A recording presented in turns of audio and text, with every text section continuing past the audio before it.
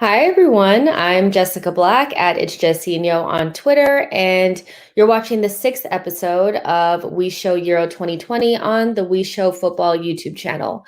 It's been a crazy week, and to help make sense of it all, I'm going to bring in David Gerges, and we're supposed to have Rob Harris on, but he's, out doing Rob Harris things, out being, correspondent, journalist out there in press conferences and stuff. So if he gets a chance to come on, we'll bring him in. But I'm going to go ahead and bring David in now. Hey, David, how are you? Hi, Jess. How are you? I'm good. I can't complain. So we're going to kind of go through, how we always done, each round, talk about the best team performances and individual performances and all those great and wonderful things. But just in general, aren't the Euros just getting better and better? I feel like every single week, they're not, eh, I'm so not disappointed at all. I think they're going so well and they're very entertaining. I mean, I think you're absolutely spot on. The round of 16 was so exciting. We saw some results that we never imagined would happen, some shocks, and even games going right up until the last minute and decided, right up until the end. So yeah, a wonderful round of football, and let's hope for the same in the quarterfinals. 100%. So let's go ahead and start out with our best team performance of the last 16. So what do you have? Who do you have for that? I'm going to have to go for Switzerland. I thought the way they played, despite the setbacks in the game, I thought they totally deserved the win. It was decided on penalties eventually. And I just thought it was hard for me to look beyond the Swiss. I mean, I think this is the first time since 1954 that they've managed to get to the quarterfinals of a tournament. So when you consider that it's a small nation, for them to do something historic, really, and the manner in which they did it as well, they were playing the world champions, France, and a team that we all raved about at the start of the tournament. And given all the setbacks, I just thought it was a phenomenal performance to be 3-1 down with only a few minutes to go and to still keep going forward and get those two goals and take it all the way. I think it was a fabulous performance from the Swiss. Yeah, super professional. Like from the very moment like the game started all the way through the penalties, I thought their penalties were really, really nice, So a team that I didn't really think would get super far. I'm very impressed by them. And as you've already said, playing against France is no joke, and you just kind of saw that Switzerland had a plan and they stuck to it. And, so I actually thought this was the best game of this round in terms of just entertainment and goals and all of that. It had everything you want as a football fan. So I was not let down by that at all. You really had the pendulum swing as well from one side to the other. I mean, the Swiss taking that lead at half time, I don't think anybody could argue with that. And when they had that penalty, you thought if they'd scored this would be game over. And then you really just saw how much that affected the entire team. For them to go 2-0 up against the French, I think it would have been very hard for France with the way they were playing. But it just really affected the whole side. And, in a blink, France were all of a sudden 3-1 up. And despite that, it was so impressive to see them keep going forward, playing their game. I thought their substitutions were excellent. And they beat France on penalties. So a wonderful result for them. And they've got an interesting draw next against the Spanish. So see how they get on. Yeah, definitely well deserved from them. So let's talk about Denmark. I think they, I mean, they really just rolled right over Wales, didn't they? I mean, Wales, I thought it would be closer, but 4-0 is a pretty resounding victory for Denmark. And it wasn't just that, Wales wasn't trying, or it just seemed like Denmark just had such good fluidity. They seemed to really get on. It's just nothing really fazed them. And so I don't think we can really get through this particular section without mentioning Denmark. Yeah, and I think and they were playing. We have to remember they were playing a really strong Welsh side and a side that were playing very good football on the counter attack, and the Danes just neutralised them. Really, I think for me, the main thing in that game that I took away was just Kasper Hjulmand's ability to change the game. And the Welsh didn't start badly at all, but around the quarter hour of the mark, he moved Christensen, who we are all familiar with as a centre back at Chelsea, into this sort of defensive midfield role. And from then on, the Danes just really controlled the game and blew Wales away. Yeah, I'm happy their story is continuing. Obviously, we're moving away from the Christian Eriksen story a little bit just because, we don't want to live there for too long. It was a very scary incident, but just for them to rebound from that and be able to put together these really, really good performances and to just kind of walk over Wales and really give us a really exciting game to watch. I thought offensively they were so nice to watch. And so I had to give them a mention because they're not a team that I really was looking at before the tournament started. But when we talk about dark horses now, I think, we spoke about Turkey and all that. I definitely think Denmark is more of a dark horse now for the rest of this competition, especially because I believe are they on the easier side of the bracket They now? are on the alleged easier side of the course. Yeah, So yeah. exactly. So maybe that'll give them a better chance and, we'll see, but I really enjoyed watching them as well. And then I don't think we can quite move on without talking about England. I did think the game was quite boring, so I'm not sitting here saying like I was on the edge of my seat, but at the same time, with everything that's riding on that game, not only just from like they want to get through the tournament, but the history between the two teams and the quality in that German side and England not conceding a single goal in this tournament and to just kind of really hold tight and hold their nerve and then get those two goals towards the end of the game. Although it wasn't the Switzerland, France, pendulum swing, I still think that was a really good team performance from a team that I think still has a lot of question marks around it. I'm not sure a lot of people are really convinced by them, but I think if you're not giving up goals, you have a pretty good chance of going through in a knockout competition. So I've been actually really enjoying England's resolve, even if the performances aren't super exciting, if that makes sense. And they didn't start all too well, Southgate's side. And a lot of the talk before the game was very much on the last time these two teams, or one of the most recent times that they've played at Wembley Stadium, was obviously Euro '96 when they went out on penalties. And would the players be feeling the pressure of this game and just the magnitude of England versus Germany at Wembley Stadium? And everything that we heard before the game was very much, well, a lot of us weren't even born at that time and we don't remember that and we're not burdened by this. But you really got a sense in that first 10 minutes or so that these England players really looked under pressure, and it took them a while to warm up and get into the game and get a hold of the game. I think as soon as they did, I think they fully deserved that result, and you just once again saw that every decision that Southgate has made has really just paid off, with the likes of Sterling, with Harry Kane. Of course, a lot of the conversation was about having not scored in the group stage. He has now. Pickford in goal. A lot of talk about whether or not he should be England's number one before the tournament, and then should Pope come in? He was obviously injured and wasn't in the squad. So a lot of the selection decisions that Southgate has made have been, all of them really, in the tournament so far, have been spot on. So yeah, very well deserved for England, and we'll see what they can do against the Ukraine. 100%. So let's move forward and talk about individual performances for the last 16. Who do you have for that, David? I'm going to go a bit left field with this one. Alexander Zinchenko at Ukraine, for the Ukraine. I thought he was superb in their win against Sweden. Fundamental. He scored a goal. He got an assist. The assist at the end was even more impressive for me. You think that game's on the verge of going to penalty. We saw a lot of players cramping up and players that were tired. And his ability to put a ball in that well, and it was an exquisite assist for the winner.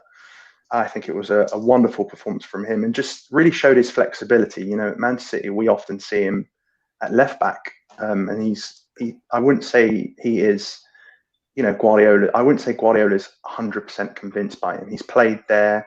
He's filled in for Mendy when Mendy's not been there. We've seen Cancelo play a lot at left back for City as well. But with Ukraine, we've seen him play in central midfield, and he played in central midfield for all three games in the group stage. But I think in this game, he really showed again just how excellent he is in that wing back position. Scored, got an assist, as I say, and was really, really imperative for Shevchenko's side. I love Zinchenko. I've always thought he was a really good player. Still quite young, a leader on the Ukraine side. It's hard to lead a team, I think, at a young age. I think he's like maybe 24 or something like that. So he has a lot of weight on his shoulders, but he tends to show up for his national team, which is really good. I do like him in the midfield. I know he doesn't really play there for Man City, as you've said, but yeah, I thought he had a really good performance. And this video is making me laugh. I mean, look at the passion there. And I do like Zinchenko for the little bit of edge that he has. He has a little bit of, you know, an edge to him, which is nice to see. So yeah, that's a really good pick. I like that one. What about So you? I'm gonna go with Granit Xhaka. I am. As an Arsenal fan, yeah, you have a very um, storied history with Granit Xhaka. Not really a really divisive figure, but for Switzerland, he's always been very good. He's the captain of the side. He leads his team. He's always been a really good progressive passer, regardless of what people think. He's always had a nice pass on him, but he had all that in the game against France, but he was defensive when he needed to be. He was accountable. I mean, he's playing against Conte and Pogba, and he pretty much kept them relatively quiet the entire game. His team was organized, and a lot of that has to do with Granit and his vocal, presence on the pitch. And he's shown like he really did shine out there on the pitch, and a lot of people saw what a very quiet amount of us at Arsenal have seen. It just doesn't come out, for Arsenal. But with Switzerland, I thought he was so, so good. And I love Mm, seeing the memes after with the Coca-Cola bottle and all that kind of stuff. Like you just love it, and it's hard to be I think a midfielder against world-class players like that and have a performance like he did. So I had to give him a mention. I don't it love was, the hair, but I love the performance.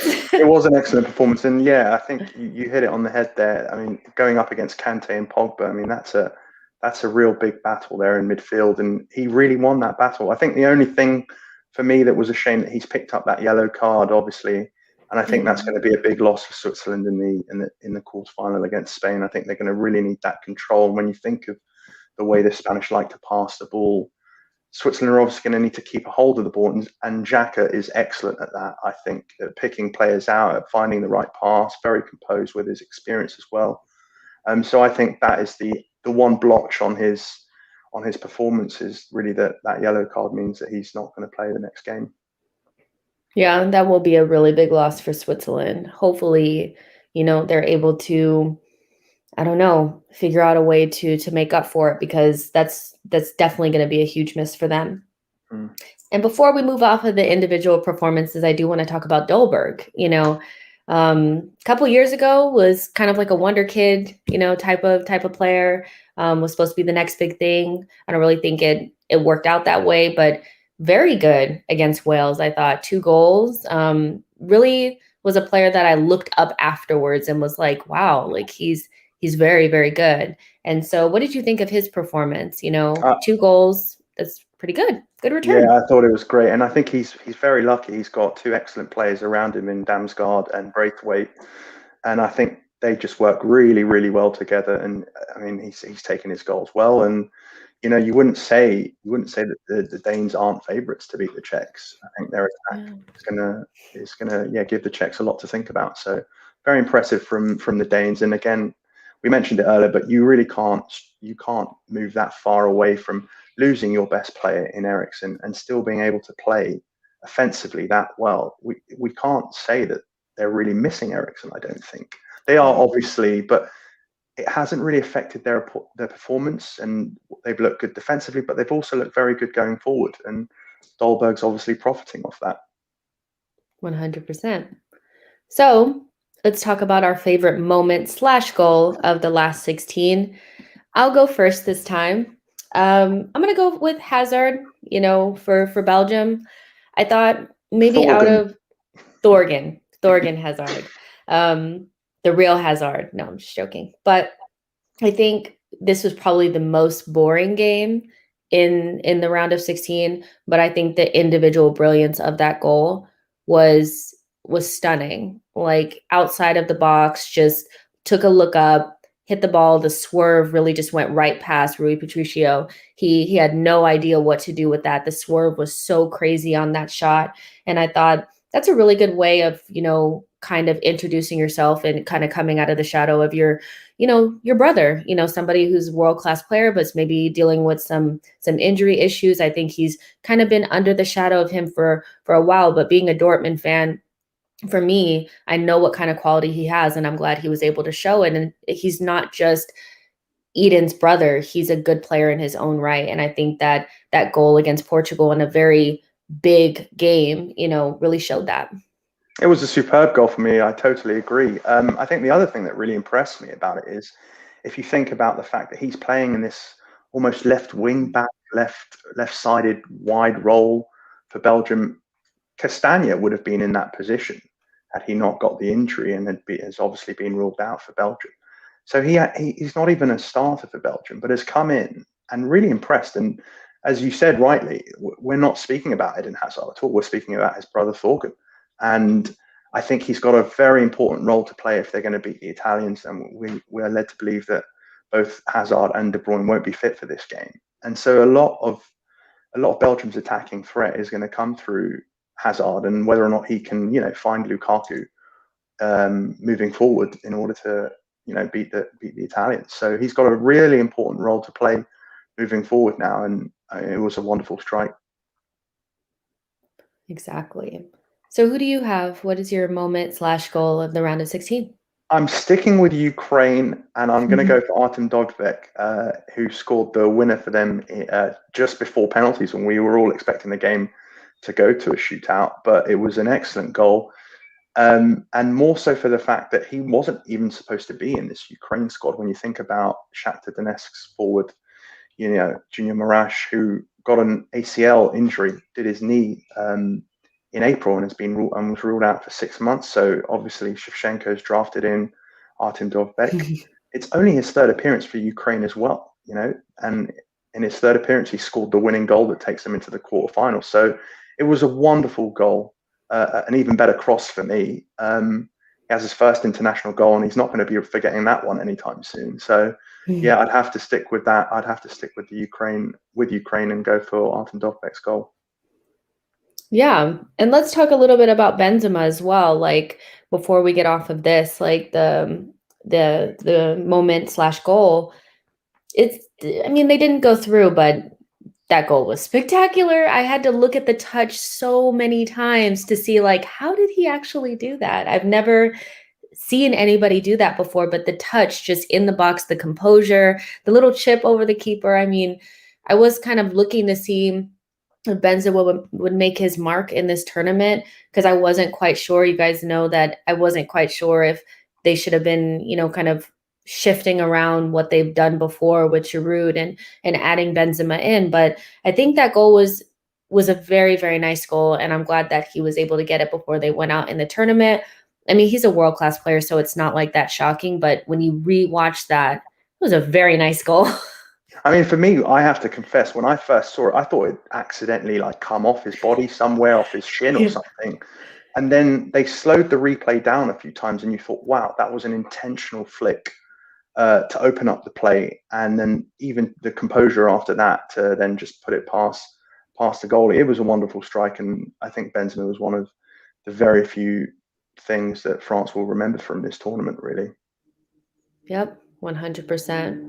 I mean, we're literally talking about this France side not going through to the next round. It's crazy because I think we're going to move on to kind of like our quarterfinal predictions. And it's just not speaking about France, not speaking about Portugal, not speaking about Germany. It's crazy. This has been such a good tournament.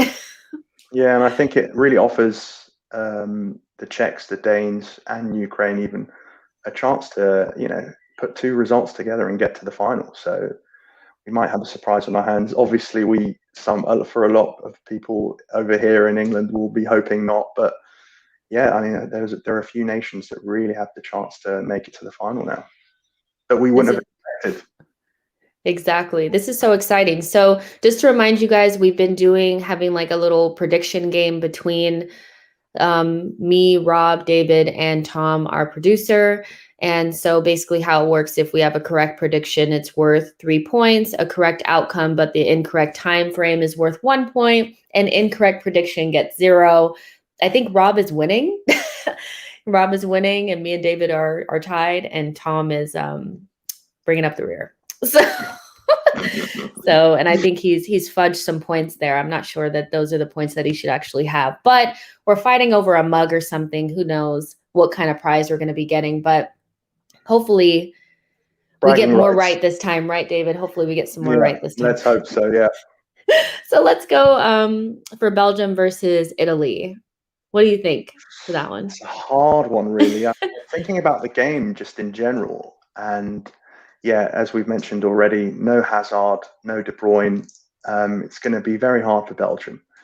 They're going to be relying obviously on Lukaku. The one thing I would say is he's obviously very familiar with a lot of those players playing in Serie A, and I think it's going to be a very, very tight game.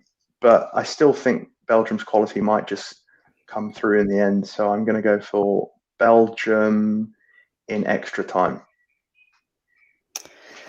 I was going to go for Belgium in extra time too. Great minds, great minds. Yeah, I think I have to go for that as well. I just think I know Italy has so much talent and depth, but something about their performance, in the last round, I was like, they may struggle against a better team. They really struggled in that last round, in my opinion.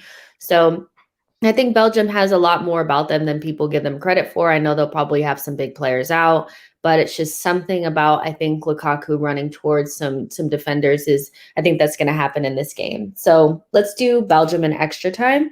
Yeah. And see how that goes. So Switzerland versus Spain. This is an interesting one. I think taking into consideration what we've already spoken about Granit not being available in this game and him being such an influential figure for them in the midfield, I'm leaning towards Spain in regular time, like just in the 90 minutes. I think that's what I'm going to go for. What do you think? It's hard to argue with that one, really. I think not having Jack is obviously a big loss for Switzerland, and you think Spain might be beginning to get a bit of momentum in this tournament now at the exact right time. You don't want to peak too early. They've started very slowly. There's been obviously a lot of questions around the team, but I think Spain are maybe getting a bit of momentum now, and anytime a team scores 5 goals, sit up and take notice. So I'd say Spain in 90 minutes. Yeah. Okay. So We're now on the same page. I think this is probably where we'll disagree. I think this is it. So Okay. The Czech Republic versus Denmark. What do you think? I'm going to go for the Danes. I think one thing that we can't forget is that temperatures are going to be about 30 degrees in Baku. So I think it's the team that really deals with that the best, that probably for me has the best chance of going through. I wouldn't say either of those countries are, best known for, hot climates, but yeah, I'm going to say the Danes. I think they just have a bit more quality, and I think that battle in midfield between Højbjerg and Souček is really going to go a long way to who wins this game. But for me, I'm going to say Denmark in 90 minutes. I'm going to go with the Czech Republic. I think, well, one, just to go against the grain a little bit, because if I get this one right, I'm going to have points, lots of points. So I just think, even though the Czech Republic to me doesn't have the same level of maybe quality that Denmark has, they still create very high quality chances with very little possession. And they're quite aggressive and they like to get stuck in. And I feel like they will fight. And so I have Czech Republic in extra time. I think it'll be, maybe not a so tightish game. I think both teams will score goals, but I think it'll go into extra time. And I'm going to go with the Czech Republic with some header goal from Souček or somebody like that. It's going to be one of those, hopefully. Please, I want some points. I mean, all right. They've got an excellent they're excellent on the counter attack, really. Yeah. I loved Soufal who plays for West Ham, who we know very well. I think he's been excellent again and has really shown. I mean, it's really shown how well West Ham have done signing two players that, for I don't think any other club would have had their eyes on in the Premier League. But they've bought two of them, two Czech players, and both have been excellent for the Czechs after a really grueling season in the Premier League, without a break, obviously. And it seems like we were playing games every 3 or 4 days. And obviously, we can't forget Patrick Schick up front, who's got the quality and has scored goals already. So it's going to be a very interesting game. Very excited about this one, despite the fact that these aren't teams that we would have expected to be in the quarterfinals. Exactly. So let's talk about the Ukraine versus England.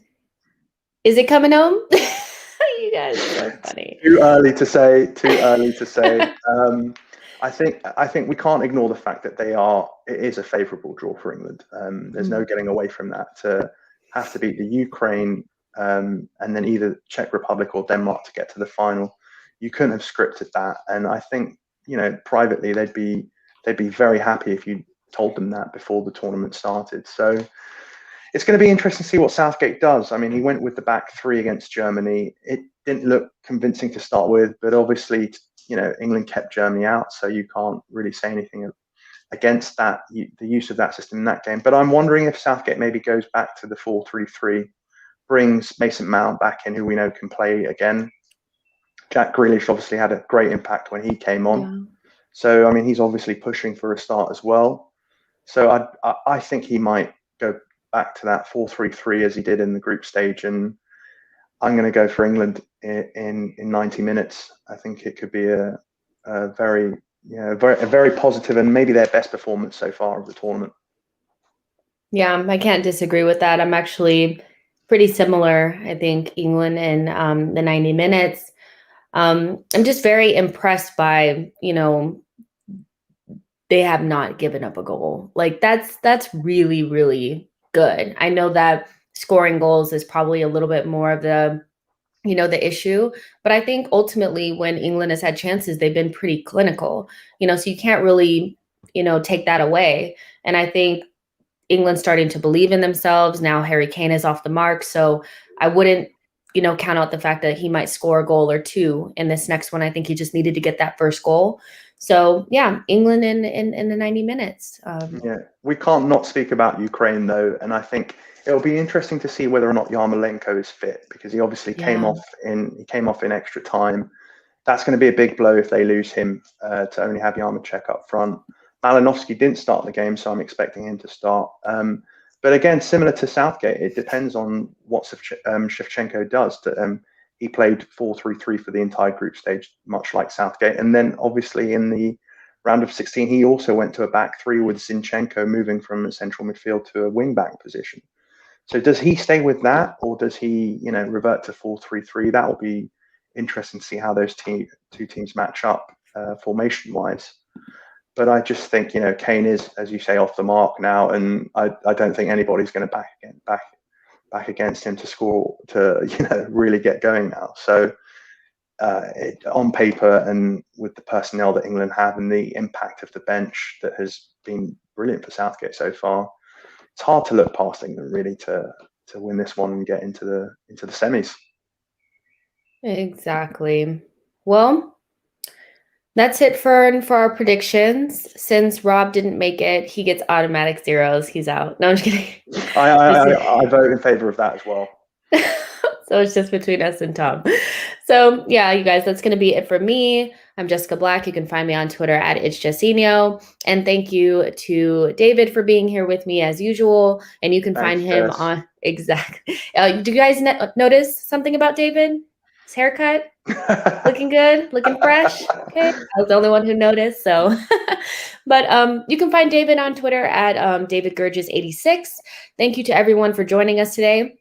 And we'll have another episode for you guys on Monday, the 5th of July, reviewing all the latest action and goals from Euro 2020. So we'll see you guys next time.